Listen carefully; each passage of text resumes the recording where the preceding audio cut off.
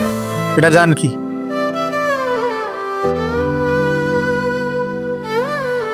जी मसीह pastor जी। जय मसीह की बेटा, जीते रहे।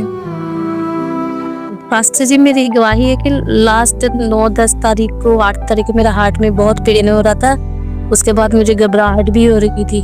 फिर मैंने मंडे जाकर बीपी चेक करवाया तो बीपी नॉर्मल था। फिर डायबिटीज चेक करवाया तो मेरी डायबिटीज निकली थी और हॉस्पिटल वालों ने कहा था, जहाँ पर करवाया तो खाने के पहले 176 था, खाने के बाद 257 था। उसके बाद मैंने एक हफ्ता प्रे की, वचन क्लेम के 35, 30 और 3 टाइम प्रे की, तीनों टाइम किए वचन क्लेम। एक हफ्ते के बाद मैंने दूसरे हॉस्पिटल में चेकअप करवाया। उन लोगों ने भी मेरी डायबिटीज चेक की और फिर वो इको ECG किया तो हार्ट तो नॉर्मल आया। बाद में उन लोगों ने कहा तुम्हें डायबिटीज नहीं है। तो एक हफ्ते के बाद तो फिर उन्होंने, मैंने कहा वो हॉस्पिटल में मुझे कहा कि तुम्हें डायबिटीज है। फिर उसने कहा ठीक है, फिर 10 तारीख को चेकअप करना, उसके बाद वो दवाई मत लेना, एक महीने के बाद चेकअप करवाना।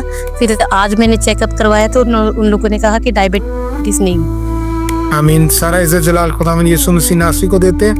पिछले वेडनेसडे मैंने आपको बताया था कि मेरे पास डायबिटीज़ की क्लियरेंस की टेस्टमनीज आएंगी। तो हम खुदावंद का शुक्र करते हैं कि खुदावंद हमारी दुआओं को सुनते हैं और वो जो कलाम करते हैं उसको पूरा करते हैं। सारा इज़्ज़त जलाल हम खुदावंद यीशु मसीह नासरी को देते हैं। बेटा जान की खुदावंद आपको अपने जलाल के लिए कसरत से इस्तेमाल करें।